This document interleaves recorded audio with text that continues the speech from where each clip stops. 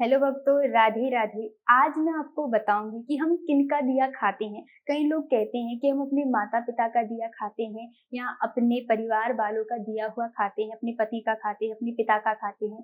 लेकिन आज मैं आपको बताने वाली हूँ कि हम रियल में खाते किसका है। तो इसके लिए आप इस वीडियो को पूरा देखिए। कहा जाता है कि एक पिता था, उसकी 7 पुत्रियां थी, वह राजा था और पूरे राज्य को संभालता था। काफी उसके पास धन था, यानी एक राजा के पास जितना वैभव होता है उसके पास उतना ही वैभव था। लेकिन उस पिता को अभिमान था कि मैं पूरे राज्य का पेट भरता हूँ, अपनी पुत्रियों का पेट भरता हूँ, अपनी पत्नी का पेट भरता हूँ। तो एक दिन राजा ने सभी अपनी पुत्रियों से पूछा कि बेटी तुम किसका खाती हो। तो पहली पुत्री ने कहा कि पिता मैं आपका खाती हूँ। दूसरी पुत्री ने कहा कि पिता मैं आपका खाती हूँ। तीसरी ने भी यही कहा, चौथी ने भी यही कहा, पांचवी ने भी यही कहा और पूरी प्रजा ने यही कहा कि हम राजा आपका खाते हैं। पत्नी ने भी यही कहा कि मैं आपका खाती हूँ, यानी सभी ने यही कहा कि मैं आपका खाती हूँ। लेकिन फिर पिता ने सोचा कि मेरी 2 पुत्रियां अभी बची हैं, उनसे पूछता हूँ कि वो किसका खाती है। तभी वह पिता अपनी एक पुत्री के पास गया, छठवीं पुत्री के पास, कि बेटा आप किसका खाती हो। तभी पुत्री ने कहा कि पिताजी मैं आपका खाती हूँ। उसमें पूछने की क्या बात है। और यह सुनकर के पिता का अभिमान और बढ़ गया कि मैं सबको खिलाता हूँ, मैं कितना दानी हूँ, सबका पेट भरता हूँ, मैं इतना बड़ा हूँ। उसका अभिमान बढ़ता चला गया। तभी उस पिता ने अपनी 7वीं पुत्री से पूछा कि बेटी तुम किसका खाती हो। तभी वह सबसे छोटी जो पुत्री थी, सबसे 7वीं जो पुत्री थी, उसने कहा कि पिताजी मैं भगवान का खाती हूँ, अपने भाग्य का खाती हूँ। यह सुनकर के राजा का अभिमान चूर चूर हो गया और उसे बहुत ज्यादा क्रोध आया। राजा को उस समय क्रोध आ जाता है। राजा सोचता है कि सारी प्रजा बोल रही है कि उनको मैं खिलाता हूँ, सबको मैं ही खिलाता हूँ। मेरी 6 पुत्रियों ने कहा है कि सबका पेट मैं ही भरता हूँ, मैं ही खिलाता हूँ। लेकिन यह पुत्री कैसी है, यह कह रही है कि मैं अपने भाग्य का खाती हूँ, प्रभु का दिया हुआ खाती हूँ। तो राजा को बहुत तेज क्रोध आता है। राजा कहता है तुम क्या बोल रही हो, तुम मेरा दिया हुआ खाती हो, भाग्य का दिया हुआ कैसे खा सकती हो। क्या देता है भाग्य, मैं देता हूँ सबको, मैं देता हूँ सबको। क्या देता है भगवान, मैं देता हूँ सबको। तो कहा जाता है कि जब बेटी बड़ी हो जाती है तब भी राजा ये बात नहीं भूलता है और सबकी शादी कर देता है। कहा जाता है कि जो 6 पुत्री थी जिन्होंने कहा था कि मैं आपका खाती हूँ, उनका जो विवाह है वह राजा बड़े धूमधाम से करता है और राज परिवार में ही करता है, जिनके पति राजा थे।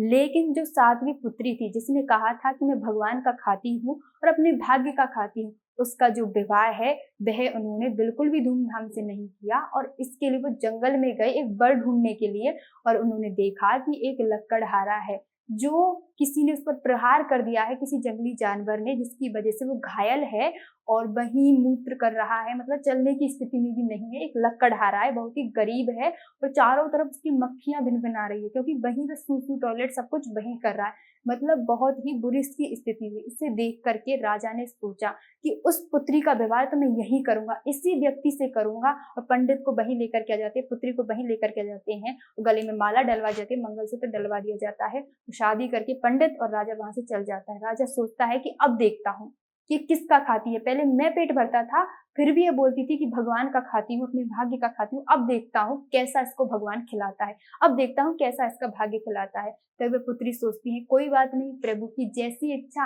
वैसा मुझे वर मिल गया। लेकिन वह दुखी बिल्कुल भी नहीं होती है। अब पति बीमार हो तो पत्नी तो कार्य करती ही है। कहा जाता है कि वह उसका मल मूत्र वगैरह को साफ करती है, उसके बाद उसे नदी में स्नान कराती है, भोजन का प्रबंध करती है। कहा जाता है कि वो लकड़हारा था इसलिए वह लकड़ियां जंगल में से काटती है और जाकर के शहर में बेचती है और जो भी धन मिलता है उससे शाम का सुबह का भोजन बनाती है और अपने पति को खिलाती है, स्वयं खाती। थोड़ा बहुत जो धन बचता था उससे अपने पति के लिए दवाई लेती थी, उसे रोज दवाई देती थी। धीरे धीरे उसका स्वास्थ्य भी ठीक होता जाता है।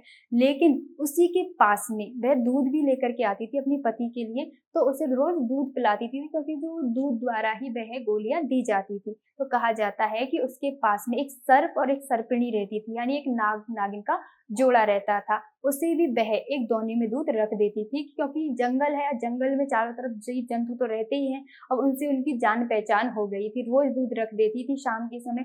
अब वह सोचते हैं, वह नाग नागिन का जो जोड़ा है वह सोचते हैं कि यह बेटी कितनी अच्छी है, रोज हमारे लिए दूध रखती है, हमारा भी ख्याल रखती है, अपने पति का भी ख्याल रखती है, इतनी मेहनत करती है।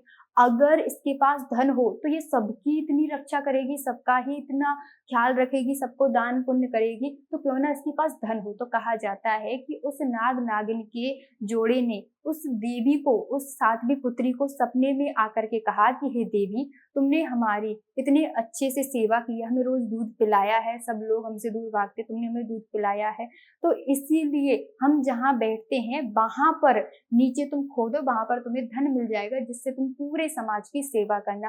कहा जाता है जैसे सुबह पुत्री जगती है, वहीं पर खोदती है तो वहां पर काफी सारा धन मिल जाता है। इससे वह एक राज्य बनवा लेती है। राज्य बनवाने के बाद में वह बन जाती है रानी, उसका पति का स्वास्थ्य भी ठीक हो जाता है, वह बन जाता है राजा।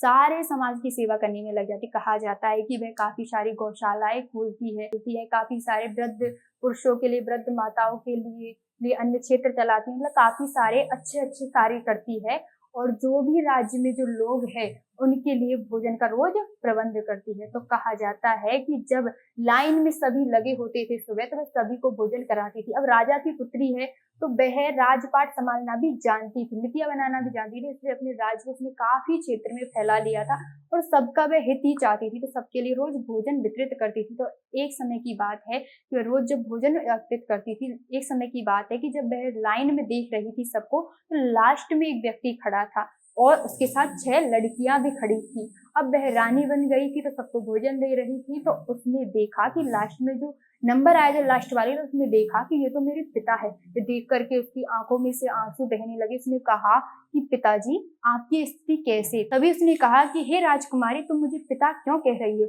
तभी उसने कहा कि मैं आपको पिता नहीं कहूं तो और क्या कहूं, आपने ही तो मुझे जंगल में छोड़ दिया था, मैं आपकी वही पुत्री हूँ, सातवीं पुत्री, जिसने कहा था कि मैं भगवान का खाती हूँ, भाग्य का खाती हूँ। देख लो, आज मैं भगवान का ही खाती हूँ, भाग्य का ही खाती हूँ, लेकिन आपकी स्थिति कैसे हुई? अभी वह कहता है कि बेटी, मेरे राज्य पर दूसरे राज्य के राजा ने आक्रमण कर दिया और मेरा ये हाल हो गया, मेरा सब राजपाट छीन लिया, साथ ही साथ इन 6 पुत्रियों के पतियों के ऊपर भी आक्रमण कर दिया, उनका ये राज्य हड़प लिया है, तुम हमारी सहायता करो। तभी उस पुत्री ने कहा, अब पुत्री राजनीति तो जानती थी, तो पुत्री का इतना विशाल साम्राज्य, तो पुत्री ने काफी सारे सैनिक भेजे, युद्ध किया और उसके बाद में सभी पुत्रियों को, यानी 6 बहनों जो थी, यानी 6 बहनें जो थी, उन सभी को राजपाट दोबारा से मिलवाया, अपने पिता को राजपाट दोबारा से मिलवाया।